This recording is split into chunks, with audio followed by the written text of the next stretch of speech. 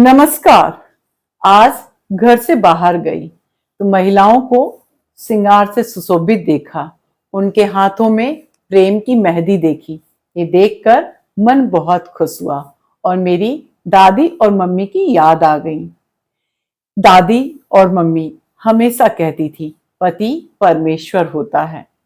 तो मैंने सोचा क्यों ना अपने विचार आप लोगों के साथ में साझा करूं।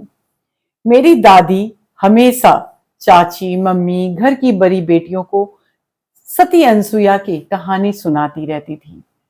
मेरी मम्मी की आदतों को भी मैं देखती थी तो हमेशा खुद से पहले मेरे पापा को वैल्यू देती थी। तो मैं हमेशा बोलती थी कि आप बराबर हो, पापा की पूजा क्यों करती हो? रोज मम्मी पैर पड़ती थी पापा की। तो मुझे लगता था कि ये कैसा चीज है, जब हम इक्वल राइट की बात करते हैं तो पति परमेश्वर को कैसे हम कह सकते हैं। लेकिन जैसे जैसे मैं अपनी आध्यात्मिक स्तर पर आते गई तो मुझे मेरी दादी और मेरी मम्मी की बातें समझ में आने लगी कि क्यों पति परमेश्वर है। आज पति परमेश्वर के बारे में मैं आपसे आध्यात्मिक दृष्टि से बात करने जा रही हूँ। फ्रेंड्स, जब हम लोग जन्म लेते हैं, मतलब हमारी जो चेतना, जो हमारी सोल, आत्मा जब जन्म लेती है तो हम सब कुछ प्लानिंग करके आते हैं। हमारे जीवन में हम रिश्ते लेकर आते हैं, उन रिश्तों से हमें सीख मिलती है और जीवन का उद्देश्य ही सीखना है। एक आत्मा केवल सीखने आती है, एक आत्मा प्यार करने सीखने आती है, क्षमा करने सीखने आती है, लोगों की सेवा करना सीखना आती है, समृद्ध होने के लिए आती है। और ये सारे काम करने के लिए एक आत्मा अपने रिश्तों की डोर में बंधती है। तो कुछ रिश्ते जो होते हैं वो हमारे डीएनए को बनाने में मदद करते हैं। जैसे हमारे माता पिता, ये हमारे करेक्टरिस्टिक्स को लेकर हम उनसे लेते हैं। उन्हें हमने इसलिए चुना कि उनकी आदतें हम में आए, तो वो हमारे माता पिता के रिश्ते हुए। हमारे चीजों को सपोर्ट करने के लिए हम भाई बहन लेकर आते हैं, क्योंकि भाई बहनों का डीएनए भी हमारे जैसे मिलते जुलते हैं, क्योंकि हम एक ही माता पिता को शेयर करते हैं, उनके ही गुण लेकर आते हैं। उसके बाद हमारे जीवन का सबसे बड़ा लेसन वाला जो कार्मिक रिश्ते हैं वो है हमारा जीवन साथी का रिश्ता। एक इंसान, एक जो सोल है, चाहे लड़का हो या लड़की हो, हर एक के अंदर में स्त्री और पुरुष तत्व दोनों होता है। तो जब हम पति को लेकर आते हैं तो जैसे जैसे हम बड़े होते हैं, हमारे जेंडर का जो रूप आने लगता है, तब हमारे अंदर एक प्रेम का बीज बुत चालू हो जाता है, जिसे हम कहते हैं अपना डिजायर पार्टनर का रूप लेना। हर एक के अंदर होता है। जैसे जैसे हम अपने जेंडर की ओर बढ़ते जाते हैं, हमारे अंदर एक डिजायर पार्टनर का रूप क्रिएट होने लगता है और वो रूप धीरे धीरे हमारे पार्टनर में बदल जाता है। तो जो हमारा पार्टनर है, जो हमारा जीवन साथी है, वो हमारा परछाई है। कुंडली में सातवां घर, मतलब आपका ठीक सामने का घर आपके पति का घर होता है। और पति पत्नी के रिश्ते एक ऐसे रिश्ते होते हैं जो जीवन काल के सबसे बड़े रिश्ते होते हैं। यदि आपकी शादी 15-20 साल में हुई अप टू डेथ, 30 साल में हुई अप टू डेथ, मतलब एक लंबे समय तक आप इस रिश्ते में बंधने आते हो। इसलिए ये रिश्ता जो है आपका परछाई है। आप अपने जीवन में क्या सीखने आए हैं, क्या आपकी लर्निंग स्टेज होगी, कैसे आपके अप डाउन्स होंगे, कैसे साथ में अप डाउन्स को आप फेस करोगे, ये सारी चीजें पति पत्नी के रिश्ते के रूप में आप लेकर आते हो। क्योंकि आपका जीवन का सबसे कीमती समय आप इस रिश्ते में देते हो, इसलिए इस रिश्ते को जीवन साथी कहा गया है। कोई भी स्त्री हो पुरुष हो, उसके जीवन में उसके जीवन साथी 4 स्तर से रोल प्ले जरूर करते हैं। पहला, आध्यात्मिक स्तर पर, भौतिक स्तर पर, शारीरिक स्तर पर और ज्ञान के स्तर पर। आप जैसे देखिए, एक मीरा है, मीरा ने कृष्ण को आध्यात्मिक स्तर पर अपना सब कुछ माना था। राधा ने कृष्ण को अपना ज्ञान के स्तर पर अपने आध्यात्मिक स्तर पर सब कुछ माना था। रुक्मणी कृष्ण को आध्यात्मिक के स्तर पर, फिजिकल, मटेरियलिस्टिक और ज्ञान, मतलब चारों स्तर पर रुक्मणी ने कृष्ण को सब कुछ माना था। ऐसे ही कोई भी स्त्री जब बड़ी होती है उसके अंदर एक पुरुष का जो रूप होता है वो आध्यात्मिक स्तर पर जुड़ने लगता है। चाहे उसके जीवन में वो मिले या ना मिले, लेकिन उसके साथ एक पति पत्नी के संबंध को वो हमेशा महसूस करती है, जिसे आप डिवाइन पार्टनर का रूप भी कह सकते हैं।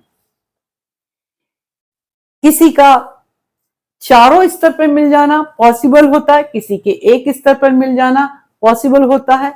बहुत सारे ऐसे एग्जाम्पल आप देख रहे होंगे जो गुरु शिष्य के रूप में ज्ञान के स्तर पर दो लोगों के बीच में जुड़ाव होता है और वो ज्ञान के स्तर पर समर्पण के भाव से चले जाते हैं। वो भी एक जीवन साथी के किरदार में है। जैसे आप जयललिता के जो मेंटर थे, आप उनके एग्जाम्पल्स आप देखोगे तो वो ज्ञान के स्तर पर एक दूसरे के साथ में रहे, जयललिता को महान बना के गए। ऐसे तमाम एग्जाम्पल हैं जिसे आप देख सकते हो। तो एक जो पति है वो पत्नी के लिए परछाई है। आपकी हर कमी को दूर करने वाला आपका पति है। यदि आपके बीच में किसी भी प्रकार के कंट्राडिक्टी हो रही है, इसका मतलब आपकी कमी है। यदि आप समझ जाएंगे कि आपके पति का ये नेचर क्यों हो रहा है, तो आप उसे अपने अंदर की कमी को दूर कर सकते हैं। यदि आपको अपने पति की बातें अच्छी नहीं लग रही है, इसका मतलब आपके व्यवहार में उन चीजों को आपको लेकर आना है। पति पत्नी परछाई हैं। जब कुंडली को देखा जाता है तो पति पत्नी के संबंधों को देखा जाता है, उनके बीच की अंडरस्टैंडिंग को कैसे बढ़ावा मिल सकता है उसके बारे में देखा जाता है। तो पति परमेश्वर होता है, इस चीज में तो विश्वास करना ही चाहिए। लेकिन आज हम तो पति परमेश्वर तो होता है, हमारी दादी, नानी, चाची, मम्मी ने कहते आई हैं कि पति परमेश्वर होता है, तो हमें तो मानना चाहिए पति परमेश्वर होता है। लेकिन माने तो माने कैसे? तो चलिए एक एग्जाम्पल देखिए। हम सब अपने जीवन में लक्ष्मी की पूजा करते हैं, पैसे की पूजा करते हैं, समृद्धि की पूजा करते हैं, अच्छे सौंदर्य की पूजा करते हैं, अच्छे स्वस्थ जीवन की कामना करते हैं। सब चीज हमारी माँ लक्ष्मी के पास में है। पर माँ लक्ष्मी विष्णु भगवान के पैर दबा रही होती हैं और विष्णु भगवान शेषनाग पर आराम से सो रहे होते हैं। इतनी सर्वशक्तिशाली माँ लक्ष्मी, जिसे पूरी दुनिया, आकाश पताल सब जगह पूज रहे हैं, और वो समुद्र में बैठकर अपने पति परमेश्वर के पैर दबा रही होती हैं। तो पत्नी का सबसे बड़ा गहना, सबसे बड़ा श्रृंगार समर्पण है। ये मेरी मम्मी ने मुझे सिखाया है और जब मैंने देखना चालू किया तो मुझे वाकई में लगा कि एक पत्नी का सबसे बड़ा श्रृंगार पति के प्रति समर्पण है। तो आजकल जो बदलते परिवेश में आप जो देख रहे हैं, करवा चौथ वैसे ना मनाकर एक आध्यात्मिक स्तर पर आत्मनिरीक्षण करके मनाएं। आज अपने पति के उन बातों को आप नोटिस करें जिन बातों से उन्हें आहत होता है, जिन बातों का उन्हें बुरा लगता है। उन चीजों को एनालाइज करके देखें तो आपको समझ में आएगा कि आपके अंदर कौन सी अच्छी आदतों को वो डेवलप करना चाहते हैं। आज अपने आप से वचन लें कि आप परिवार को एकजुट रखने की भरकस कोशिश करेंगे। आज अपने आप से वचन लें कि आप अपने अंदर की अच्छाइयों को अपने पति के अंदर में लेकर आएंगे और अपने अंदर की बुराइयों को आप बाहर निकालेंगे। ये भी आप आज करवा चौथ के दिन वचन लें, क्योंकि आखिर ये डोर का जो रिश्ता है, ये रिश्ता तो प्रेम का रिश्ता है। ये रिश्ता एक लर्निंग का रिश्ता है।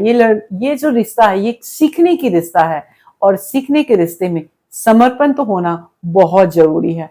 और जहां पूर्ण समर्पण होता है वहीं पर समृद्धि और खुशियां होती है।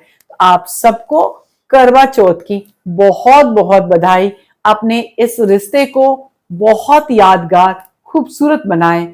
अपने जीवन का सबसे खूबसूरत रिश्ता आपका ये रिश्ता हो, जो रिश्ता है जीवन साथी का रिश्ता, प्रेम का रिश्ता, प्रेम की पतली डोरी से बंधे हुए रिश्ते। और इस रिश्ते के लिए मैं ईश्वर से कामना करती हूँ कि आपका आज का व्रत सफल हो, आपके जीवन में ढेर सारी खुशियां हो, आपके पति की लंबी उम्र हो, और ये लंबी उम्र आपके जीवन का यादगार हो, जो आपके इस भौतिक जीवन का खूबसूरत पलों से भरा हो। नमस्कार।